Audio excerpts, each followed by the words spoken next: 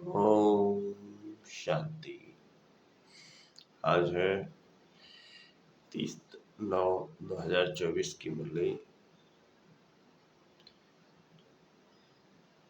बाबा बोलते हैं, बाबा बोलता है, मीठे बच्चे अपनी बैटरी चार्ज करने का ख्याल करो। अपना टाइम पर चिंतन में वेस्ट मत करो। अपनी घोड़ तो नशा चढ़े। प्रश्न है, ज्ञान एक सेकंड का होते हुए भी बाप को इतना डिटेल से समझाने व इतना समय देने की आवश्यकता क्यों? उत्तर है, क्योंकि ज्ञान देने के बाद बच्चों में सुधार हुआ है या नहीं यह भी बाप देखते हैं। फिर सुधारने के लिए ज्ञान देते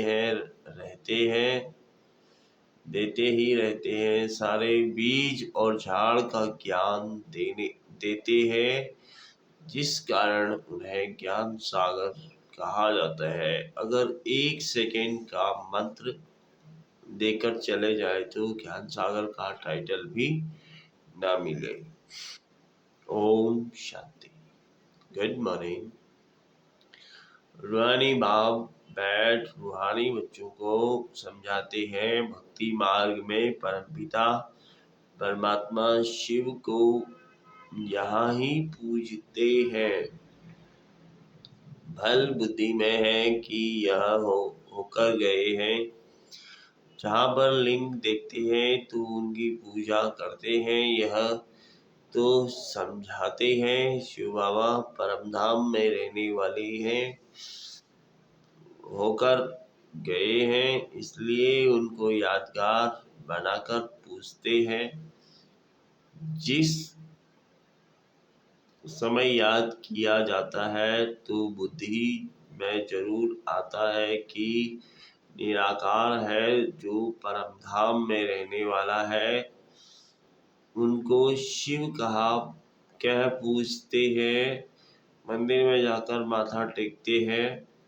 उन पर धूप, दूध, फल, जल आदि चढ़ाते हैं, परंतु वह तो जड़ है। जड़ की भक्ति ही करते हैं। अभी तुम जानते हो वह है चैतन्य। उनका निवास स्थान परमधाम है। वह लोग जब पूजा करते हैं तो बुद्धि में रहता है कि परमधाम निवासी हैं, होकर गए हैं। यह चित्र बनाए गए हैं। जिसकी पूजा की जाती है वह चित्र कोई शिव नहीं है, उनकी प्रतिमा है। वैसे ही देवताओं को भी पूजते हैं। जड़ चित्र है, चैतन्य नहीं है। परंतु वह चैतन्य जो थे वह कहाँ गए यह नहीं समझते। जरूर पुनर्जन्म ले नीचे आए होंगे। अभी तुम बच्चों को ज्ञान मिल रहा है, समझते हो जो भी पूज्य देवता थे वह पुनर्जन्म लेते आए हैं। आत्मा वही है। आत्मा का नाम नहीं बदलता, बाकी शरीर का नाम बदलता है। वह आत्मा कोई न कोई शरीर में है। पुनर्जन्म तो लेना ही है। तुम पूजते हो उनको जो पहले शरीर वाले थे। सत्युगी लक्ष्मी नारायण को पूजते हो। इस समय तुम्हारा ख्याल चलता है। जो नॉलेज बाप देते हैं तुम समझते हो। जिस चित्र की पूजा करते हैं वह पहले नंबर वाला है। यह लक्ष्मी नारायण चैतन्य थे, यहाँ ही भारत में थे, अभी नहीं है। मनुष्य यह नहीं समझते कि वह पुनर्जन्म लेते लेते भिन्न नाम रूप लेते 84 जन्मों का पार्ट बजाते रहते हैं। यह किसके ख्याल में भी नहीं आता। सतयुग में तो थोड़े तो जरूर, परंतु अब नहीं। यह भी किसको समझ नहीं आती। अभी तुम जानते हो ड्रामा के प्लान अनुसार फिर चैतन्य में आएंगे जरूर। मनुष्यों की बुद्धि में यह ख्याल नहीं आता। बाकी इतना जरूर समझते हैं कि यह थे, अब इनके जड़ चित्र हैं, परंतु वह चैतन्य कहाँ चले गए, यह किसी को बुद्धि में नहीं आता। मनुष्य चले गए, यह किसकी बुद्धि में नहीं आता। मनुष्य तो 84 लाख पुनर्जन्म का कह देते हैं। यह भी तुम बच्चों को मालूम पड़ा है कि 84 जन्म ही लेते हैं, न कि 84 लाख। अब रामचंद्र की पूजा करते हैं, उनको यह भी पता नहीं कि राम कहाँ गया। तुम जानते हो कि श्री राम की आत्मा तो जरूर पुनर्जन्म लेती रहती होगी। यहाँ इम्तहान में नापास होती है, परंतु कोई न कोई रूप में होगी तो जरूर ना। यहाँ ही पुरुषार्थ करते रहते हैं। इतना नाम वाला है राम का तो जरूर आएंगे, उनको नॉलेज लेनी पड़ेगी। अभी कुछ मालूम नहीं पड़ता है तो उस बात को छोड़ देना पड़ता है।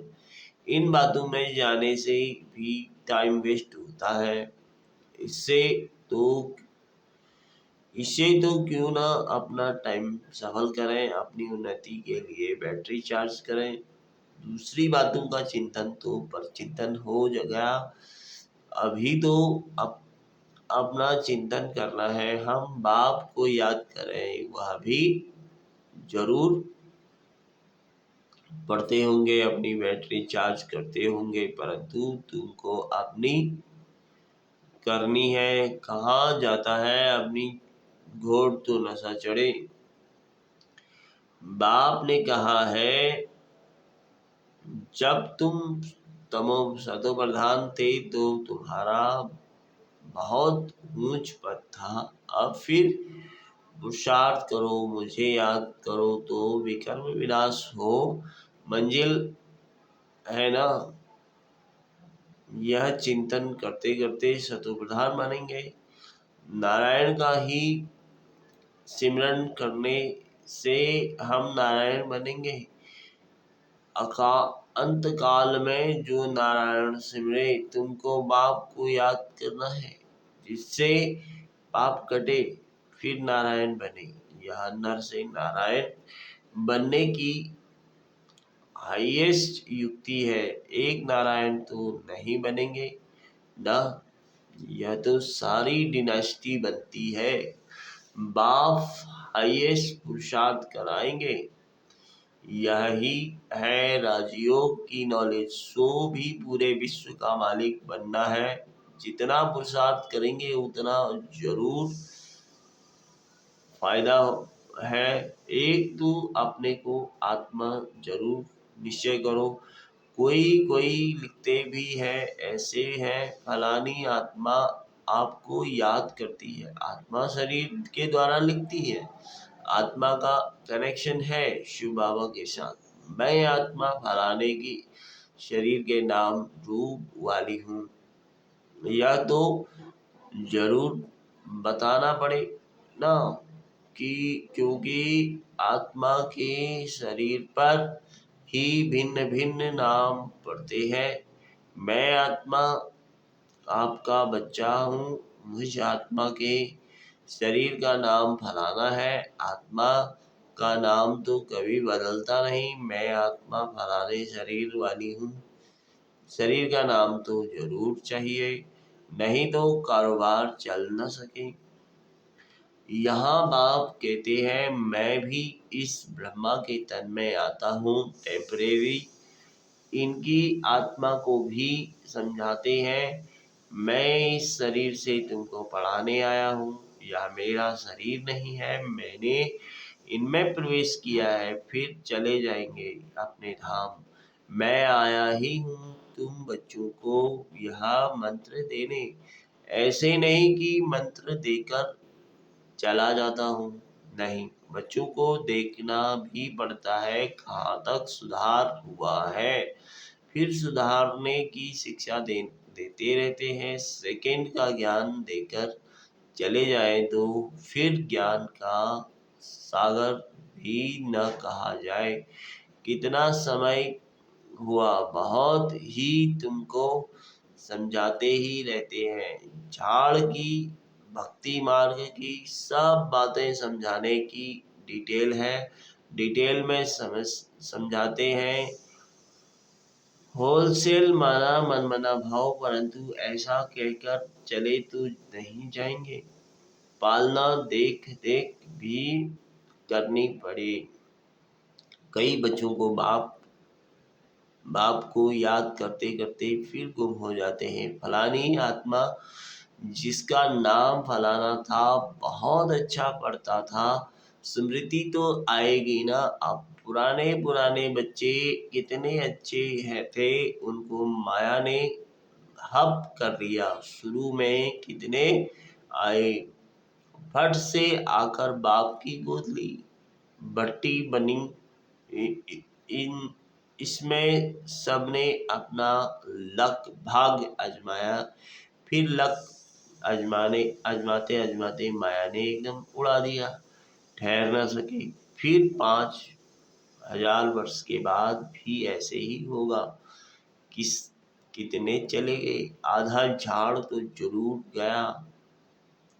भल झाड़ वृत्ति को पाया है, परंतु पुराने चले गए। समझ सकते हैं, उनमें उनसे कुछ फिर आएंगे जरूर पढ़ने।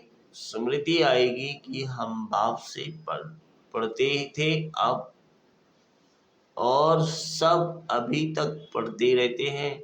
हमने हार खा ली, फिर मैदान में आएंगे बाबा अपने आने देंगे। फिर भी भल आकर पुरुषार्थ करें, कुछ ना कुछ अच्छा पद मिल जाएगा। बाप स्मृति दिलाते हैं मीठे मीठे बच्चे, हमें कम याद करो तो पाप कट जाएंगे।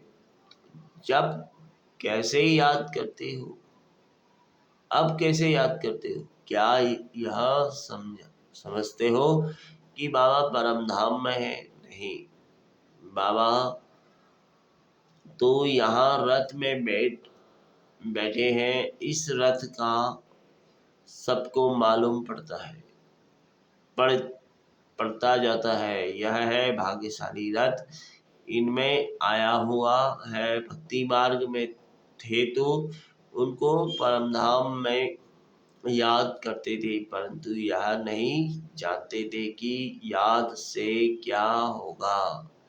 अभी तुम बच्चों को बाप खुद इस रथ में बैठ स्मृति देते हैं, इसलिए तुम बच्चे समझते हो बाबा यहाँ इस मृत्यु लोक में पुरुषोत्तम संगम युग पर है।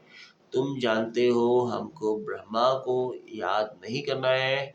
बाप कहते हैं मामेकम याद करो, मैं इस रथ में रहकर तुमको यह नॉलेज दे रहा हूँ। अपनी भी पहचान देता हूँ, मैं यहाँ हूँ। आगे तो तुम समझते थे परम धाम में रहने वाला है, होकर गया है, परंतु अब यह पता नहीं था, होकर तो सब गए हैं ना। जिसके भी चित्र है वही अभी वह कहाँ है यह किसको पता नहीं है। जो जानते हैं वह फिर अपने समय पर आते हैं, भिन्न भिन्न पाठ बजाते रहते हैं। स्वर्ग में तो कोई जाते नहीं, बाप ने समझाया है स्वर्ग में जाने के लिए तो पुरुषार्थ करना होता है। और पुरानी दुनिया का अंत नई दुनिया की आदि चाहिए, जिसको पुरुषोत्तम संगम युग कहा जाता है। यह ज्ञान अभी तुमको है। मनुष्य कुछ नहीं जानते, समझते हैं भी है। शरीर जल जाता है, बाकी आत्मा चली जाती है। अब कलयुग में है तो जरूर जन्म कलयुग में ही लेंगे। सतयुग में थे तो जन्म भी सतयुग में लेते थे। यह भी जानते हो आत्माओं का सारा स्टॉक निराकारी दुनिया में होता है। यह तो बुद्धि में बैठा है ना, फिर वो वहां से आते हैं यहाँ शरीर धारण कर जीव आत्मा बन जाते हैं। सबको यहाँ आकर जीव आत्मा बनना है, फिर नंबरवार वापिस जाना है। सबको तो नहीं ले जाएंगे, नहीं तो प्रलय हो जाए। सबको तो नहीं ले जाएंगे, नहीं तो प्रलय हो जाए। दिखाते हैं कि प्रलय हो गई, रिजल्ट कुछ नहीं दिखाते। तुम तो जानते हो यह दुनिया अभी खाली नहीं हो सकती। गायन है राम गयो रावण गयो, जिनका बहु परिवार है। सारी दुनिया में रावण संप्रदाय है ना। रावण संप्रदाय तो बहुत थोड़ी है। राम की संप्रदाय है ही। सतयुग त्रेता में बहुत फर्क रहता है। याद में फिर और ताल टालियां निकलती हैं। अभी तुमने बीज और झाड़ कोई भी जाना है।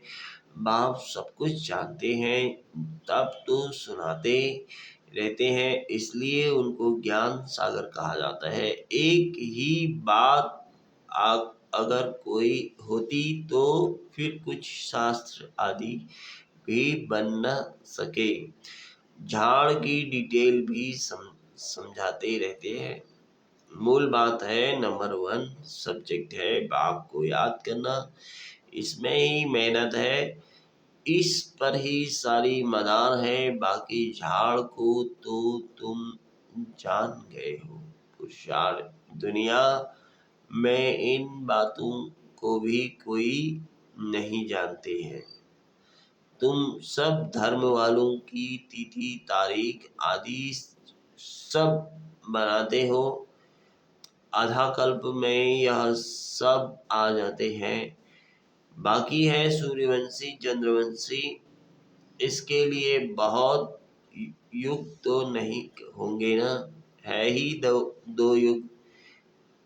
वहाँ मनुष्य भी थोड़े हैं। 84 लाख जन्म तो हो भी न सके। मनुष्य समझ से बाहर हो गए जाते हैं, इसलिए फिर बाप आकर समझ देते हैं। बाप जो रचयिता है वही रचता और रचना के आदि मध्य अंत की नॉलेज बैठ देते हैं। भारतवासी तो बिल्कुल कुछ भी जानते नहीं, सबको पूछते रहते हैं। मुसलमानों को, पारसी आदि को तो आया उनको पूजने लग पड़े, क्योंकि अपने धर्म और धर्म स्थापक को भूल गए हैं। और जो सब अपने अपने धर्म को जानते हैं, सबको मालूम है फलाना धर्म कब कितने स्थापन किया। बाकी सतयुग त्रेता की हिस्ट्री ज्योग्राफी का किसको भी पता नहीं। चित्र भी देखते हैं, शिव बाबा का यह रूप है। वही ऊंच से ऊंच बाप है, तो याद भी उनको करना है। यहाँ फिर सबसे जास्ती पूजा करते हैं श्री कृष्ण की, क्योंकि नेक्स्ट में है ना। प्यार भी उनको करते हैं, तो गीता का भगवान भी उनको समझ लिया है। सुनाने वाला चाहिए तब तो उसने वर्षा में उनसे वर्षा मिले। बाप ही सुनाते हैं नई दुनिया की स्थापना और पुरानी दुनिया का विनाश कराने वाला और कोई हो न सके सिवाय एक बाप के। ब्रह्मा द्वारा स्थापना, शंकर द्वारा विनाश विष्णु द्वारा पालना, यह भी लिखते हैं, यहाँ के लिए ही है, परंतु समझ कुछ भी नहीं। तुम जानते हो यह है निराकारी सृष्टि, यह है साकारी सृष्टि, सृष्टि तो यही है, यहाँ ही राम राज्य और रावण राज्य होता है। महिमा सारी यहाँ की है, बाकी सूक्ष्म वतन का तो सिर्फ साक्षात्कार होता है। मूल वतन में तो आत्माएं रहती हैं, फिर यहाँ आकर पाठ बजाती है। बाकी सूक्ष्म वतन में क्या है, यहाँ चित्र बना दिया है, जिस पर बाप समझाते हैं तुम बच्चों को ऐसा सूक्ष्म वतन वासी फरिश्ता बनना है। फरिश्ते हड्डी मांस बिगर होते हैं, कहते हैं ना, दधीची ऋषि ने हड्डियां भी दे दी। बाकी शंकर का गायन तो कहा है नहीं, ब्रह्मा विष्णु का मंदिर है, शंकर का कुछ है नहीं, तो उनको लगा दिया है विनाश के लिए। बाकी ऐसे कोई आंख खोलने से विनाश करता नहीं है। देवताएं फिर हिंसा का काम कैसे करेंगे, न वह करते हैं न शिव बाबा। ऐसे ही डायरेक्शन देते हैं, डायरेक्शन देने वाले भी आ जाता है ना, कहने वाला ही फंस जाता है। वह तो शिव शंकर को ही इकट्ठा कह देते हैं। अब बाप भी कहते हैं मुझे याद करो, मामेकम याद करो, ऐसा नहीं तो नहीं कहते, शिव शंकर को याद करो। पतित पावन एक ही को कहते हैं भगवान, अर्थ सहित बैठ समझाते हैं, यह कोई जानते नहीं है। तो यह चित्र देख मूझ पड़ते हैं, अर्थ तो जरूर बताना पड़े, समझने में टाइम लगता है। कोटू में कोई बिरला निकलता है, मैं जो हूँ जैसा हूँ, कोटू में कोई ही मुझे पहचान सकते हैं। अच्छा, मीठे मीठे सिखिलाते बच्चों प्रति माता पिता बाप दादा का याद प्यार, गुड मॉर्निंग। रूहानी बाप की रूहानी बच्चों को नमस्ते। हम रूहानी बच्चों की रूहानी बाप को नमस्ते। धारणा के लिए मुख्य सार है, एक, किसी भी बात के चिंतन में अपना समय नहीं गंवाना है, अपनी मस्ती में रहना है, स्वयं के प्रति चिंतन कर आत्मा को सतो प्रधान बनाना है। दूसरा, नर से नारायण बनने के लिए अंतकाल में एक बाप की ही याद रहे। इस हाईएस्ट युक्ति को सामने रखते हुए पुरुषार्थ करना है। मैं आत्मा हूँ, इस शरीर को भूल जाना है। वरदान है, दाता की देन को स्मृति में रख, सर्व लगाव से मुक्त रहने वाले आकर्षण मुक्त भव। कई बच्चे कहते हैं कि इनमें मेरा कोई लगाव नहीं है, परंतु इनका यह गुण बहुत अच्छा है, या इनमें सेवा की विशेषता ही बहुत है। लेकिन किसी व्यक्ति का वैराग्य की तरफ बार बार संकल्प जाना भी आकर्षण है। किसी की भी विशेषता को देखते, गुणों को व सेवा को देखते, दाता को नहीं भूलो, यह दाता की देन है। यह स्मृति लगाओ